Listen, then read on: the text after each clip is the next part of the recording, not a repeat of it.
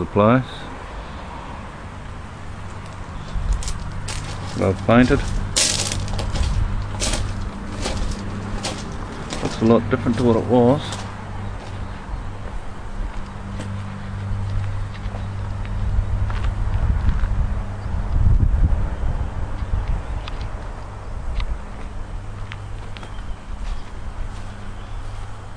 Had a good few coats on there.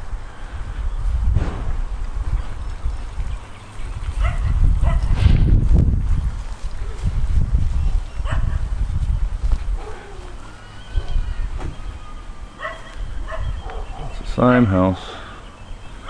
Looked a mess before. Now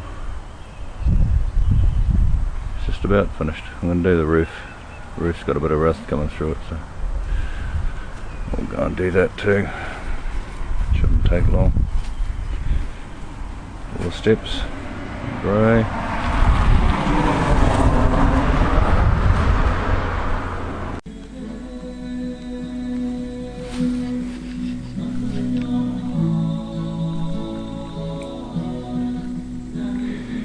So I'm doing a bedroom here and the furniture's still in it.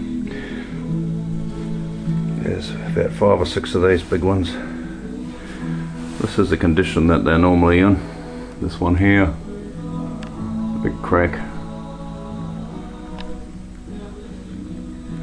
right along the top here, which I have to fill with no gap. I give it a light sand, fill with no gaps, and get a bit of a valley in there, and then I just fill it with spack or plaster and give it a light sand over the top, just so that it smooths it all in.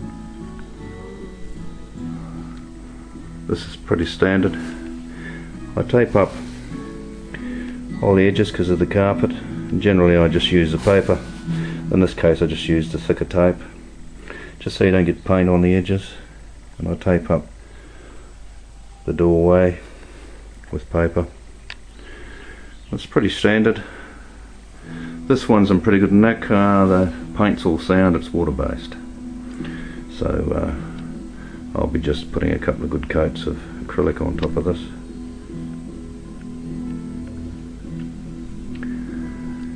If it's an older place with chamfer boards and the old Queenslander style, normally you can't tell what's on the paint, so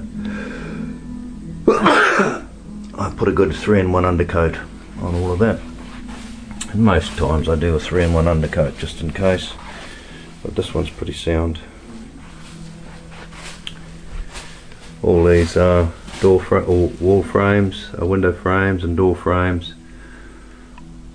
I 3-in-1 those. I also gap the edge against the enamel, so I can get a straight white line to work to when I'm painting. And then I stick 3-in-1 undercoat, sealer, primer undercoat, Taubman's, and then I put a coat of enamel on. Give it a sand. So this is the beginning of this room. This I've masked up. See, I've got the bed in the middle. I'll put plastic over that, and I'll work around it. I do the ceilings first, as you'll see, then I'll do the walls.